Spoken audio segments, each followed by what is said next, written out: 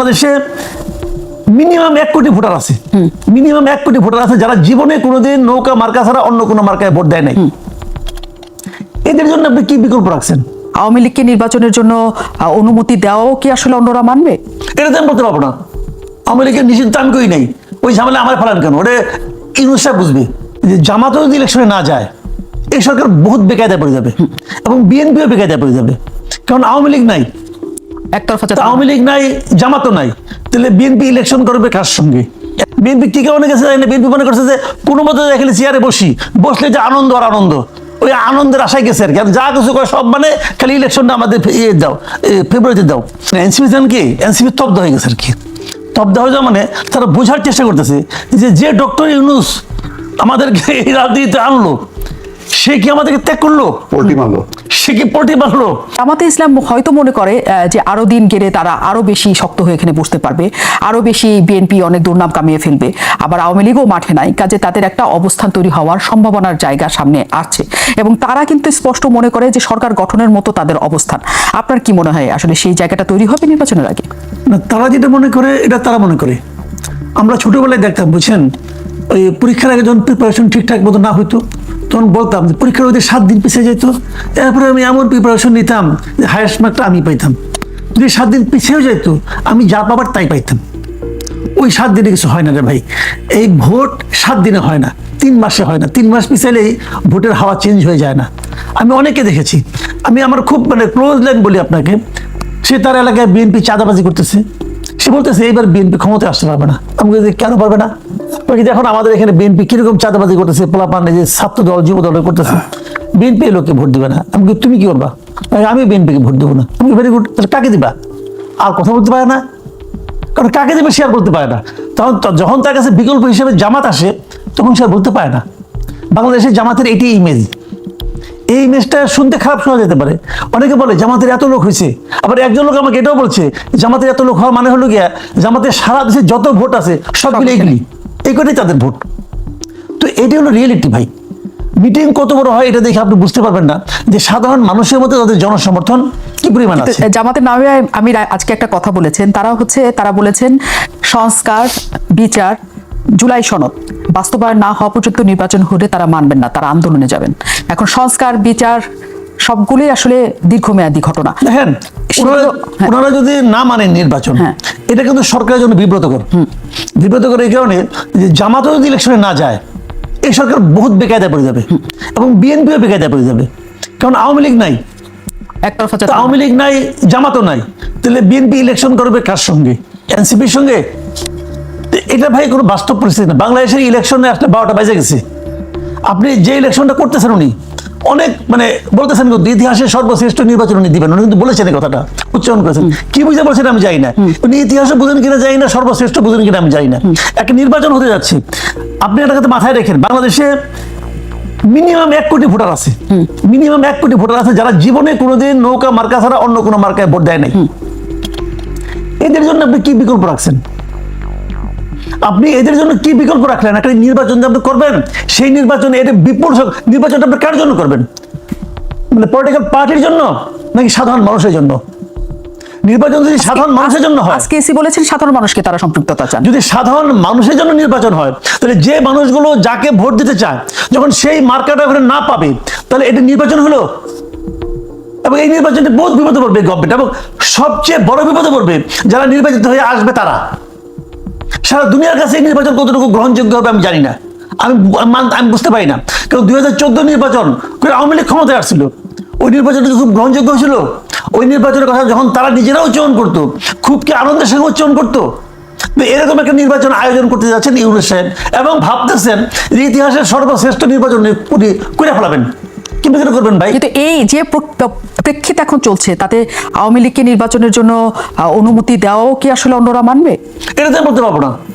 আওয়ামী লীগের নিষিদ্ধ আমি কই নাই, ওই ঝামেলা আমার ফেলান কেন? ওটা ইউনূস সাহেব বুঝবে, উনি কি কারণে করছেন, কি করছেন না করছেন উনি বুঝবে। এটা বিষয়টা কি হবে যে নির্বাচনে উনি যে কাজটা করতে যাচ্ছে, এই কাজটা করার পর সারা দুনিয়ার মানুষ কিন্তু উনি যা বলবে তা ওটাই কিন্তু হবে না, ওটা কিন্তু হবে না। কিন্তু হিউম্যান রাইটস ওয়াচ কি বলছে যে আগে যা ছিল মানবাধিকার পরিস্থিতি এখন ওরকমই আছে।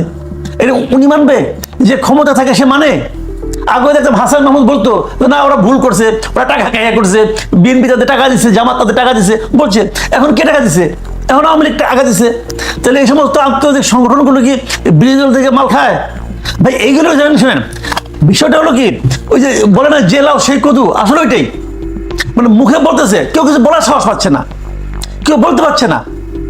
আপনি এমন একটা এনভায়রনমেন্ট আপনি ক্রিয়েট করছেন যে আওয়ামী লীগের লোক বলতে পারছে না যে আমি কোথায় ভোট দিব। Is it democracy? এখন জনগণের সম্পৃক্ততা চাচ্ছে সিএসি। তিনি বলছেন যে সবাইকে নিয়ে তিনি নির্বাচন করতে চান, যাতে দলগুলো ব্যাপারে তারা যত না আগ্রহী তার চেয়ে বেশি জনগণ যাতে 16 বছর যারা ভোট দিতে পারেন নাই তারা যাতে ভোট দিতে পারেন। আপনি বলছেন তাহলে যারা নৌকায় ভোট দিতেন তারা কাকে ভোট দিবেন, সেই প্রশ্নটা তো রয়ে যাচ্ছে। কিন্তু হয়েছে মির্জা ফখরুল ইসলাম আলমগীরও বলেছেন একটা সংবাদ সম্মেলনে যে এই নির্বাচনটা আসলে 3 মাসেই করা সম্ভব, এবং আইন শৃঙ্খলা বাহিনীর যে পরিস্থিতি তারা দেখতে পাচ্ছেন তাতে তাদের মনে হচ্ছে যে নির্বাচনটা যে কোনো সময় করার মতো পরিস্থিতি বাংলাদেশের তৈরি আছে। কিন্তু আইন শৃঙ্খলা পরিস্থিতি আমরা যা দেখছি সাধারণ জনগণ হিসেবে, তাতে নির্বাচন, এত বড় একটা জাতীয় নির্বাচন এত বছর পর করার জন্য আসলে আপনি মনে করেন যে সম্ভব? এটা আসলে এখনকার সম্ভব? কেন সম্ভব হবে না? নির্বাচন তো মনে করেন এক মাস জুড়ে হবে না, তাই না? নির্বাচনের সময় যদি আমি মনে করি পুলিশ অপ্রতুল, আর্মি তো এখনই ম্যাজিস্ট্রেসি পাওয়ার নিয়ে মাঠে আছে না? তো আর্মিকে আপনি ডেপ্লয় করবেন, আর্মি এই কাজ করতে পারবেন না। আর্মি তো দেশের নানা রকম আপনার নানা রকম দুর্ঘটনা দুর্বিপাকে তো আসে মাঠে, আসে না? তো আমাদের জন্য এর চেয়ে বড় কি আছে, ঘটনার কি আছে? এই ঘটনা তো আসবে, মাঠে নামবে, আইন শৃঙ্খলা রক্ষা করবে। তাদের কাজ তো ভোটার কে ভোট দেওয়ানো না, তাদের কাজ হলো ভোট প্রদানের ক্ষেত্রে যদি কেউ বাধা দেয় সেটাকে আটকাবে। কেউ দুর্নীতি করলে, কেউ সমস্যা করলে, সন্ত্রাসী করলে সেটা আটকাবে। আমি তো কোনো প্রবলেম দেখি না। নির্বাচন হওয়া সম্ভব, 3 মাসে হওয়া সম্ভব। আমি তো শুরু থেকে বলতেছি নির্বাচন হওয়া উচিত ছিল অক্টোবর থেকে, সেখান থেকে আপনি দিলেন ডিসেম্বরে, বিএনপি নিল ডিসেম্বরে, ঠিক আছে, ডিসেম্বরে মানা যায়। ফেব্রুয়ারি নির্বাচন তো ভালো হবে না, ফেব্রুয়ারির সময়টা খুব সুইটেবল টাইম না, কারণ ফেব্রুয়ারির কদিন পরেই হবে আপনার রোজা, এবং বাংলাদেশের রোজার সময় দ্রব্যমূল্য নিয়ে একটা ক্যাচাল বাজেই, সবসময় বাজে। নতুন গভর্নমেন্ট দায়িত্ব নিবে, নিয়ে ওই ক্যাচালের মধ্যে পড়বে। এটা একটা ইন্টেনশনালি হইতে পারে যে নতুন যারা গভর্নমেন্ট হবে তাদেরকে এরা বুঝাইলো যে তুই তো ক্ষমতায় যেতে চাস, দেখ কেমন লাগে, বুঝাই দিল আর কি। এটা হইতে পারে। কিন্তু বিএনপির উচিত ছিল কোনো অবস্থাতে ডিসেম্বর থেকে একদিন পরে না যাওয়া। বিএনপি কি মনে গেছে, বিএনপি মনে করছে যে কোনো মতো এখানে চেয়ারে বসলে যে আনন্দ আর আনন্দ, ওই আনন্দের আশায় গেছে আর কি। যা কিছু করে সব মানে খালি ইলেকশনটা আমাদের দাও, ফেব্রুয়ারিতে দাও, ভালো হচ্ছে না এটা। কিন্তু এটা আরো আগে হওয়া হচ্ছিল। কিন্তু যে সবাই মিলে যে নির্বাচনের কথা বলছে, আগের কথা বলছেন, কিন্তু ফেব্রুয়ারিতেও আপনারা বলছেন দেরি হয়ে যাচ্ছে। কিন্তু ফেব্রুয়ারিতে হওয়ার ক্ষেত্রেও অন্য রাজনৈতিক দলগুলো, এনসিপিকে আমরা তুলনামূলকভাবে এক পাশে আমরা এখন দেখতে পাচ্ছি, তারা এখন মূল ক্রীড়নকের ভূমিকায় দেখতে পাচ্ছি না। এনসিপি যে অবস্থানে এসে দাঁড়িয়েছে, এনসিপি কিন্তু বারবার বলছিল যে তারা কোনোভাবেই এই সংস্কার ছাড়া, বিচার ছাড়া সেই নির্বাচন তারা চায় না। কিন্তু তাদের আমরা খুবই যে কঠোর একটা প্রতিক্রিয়া দেখেছি তাও না। আপনার কি মনে হয় যে এনসিপি আসলে পুরো এই ঘটনার থেকে নিজেদেরকে গুটিয়ে নিচ্ছে বা গুটিয়ে নেওয়ার অবস্থা? গুটিয়ে নিচ্ছে না। এনসিপি জানেন কি, এনসিপি তব্দ হয়ে গেছে আর কি। তব্দ হয়ে যাওয়া মানে তারা বোঝার চেষ্টা করতেছে যে ডক্টর ইউনূস আমাদেরকে এই রাজনীতিতে আনলো, সে কি আমাদেরকে ত্যাগ করলো, পোল্ট্রি মারলো, সে কি পোল্ট্রি মারলো, সে এটা কি করতেছে। আমার তাদের কাছে আশা ছিল যে যতদিন সম্ভব আপনি থাকেন। দেখেন আমি একটা কথা বলি আপনাকে, এনসিপি এবং জামাতের মনস্তত্ত্বটা বোঝার চেষ্টা করেন। এরা হয়েছে কি, এরা তো ক্ষমতা আসতে পারবে না ভাই। যে যত কথা বলো 3 মাস 6 মাস 3 বছর করেন আপনি, এরা ক্ষমতা আসতে পারবে না। বাংলাদেশের মানুষ এখন এদেরকে ভোট দেওয়ার মতো অবস্থা আসে নাই, মানে ক্ষমতা পাঠানোর মতো অবস্থা আসে নাই। তাহলে এরা কি করবে? এরা এখন যে অবস্থা আছে, এখন কিন্তু এরা ক্ষমতার স্বাদ ভালোভাবেই নিচ্ছে। হ্যাঁ, অনেক জায়গায় নিচ্ছে, আমার তো নিচ্ছে, এনসিপিও নিচ্ছি। তা না হলে কালকে টিএসসিতে ওই যুদ্ধাপরাধীদের ছবি টাঙানোর সাহস তারা করতো না। ওই কারণে ক্ষমতার স্বাদ দিচ্ছে। এখন যেই ক্ষমতায় আসুক, যদি বিএনপি ক্ষমতায় আসে, এই স্বাদ নিতে পারবে না তো। যত জায়গায় যত কিছু আছে থাকবে। জামাতের লোক কয় জায়গায় মানে ইউনিভার্সিটি ভিসি আছে, ভিসি থাকবে। ঢাকা ইউনিভার্সিটি ভিসি থাকবে নাকি? থাকবে না তো, দেখেন আপনি, থাকবে না। এই ঢাকা ইউনিভার্সিটি ভিসি মার্চিয়ারে পাবেন না খুঁজার, এটা রিয়েলিটি। এদের ধরে আনছে, এই এখানে আনছে, এখানে পাঠাচ্ছে, এগুলো একটাও থাকবে না। এনসিপি যেমন এখন দাপটের সঙ্গে সাংবাদিকরা সচিবালয়ে ঢুকতে পারে না, কিন্তু এনসিপি লোকজন ঢুকতে পারে, বৈষম্যবিরোধী লোকজন ঢুকতে পারে।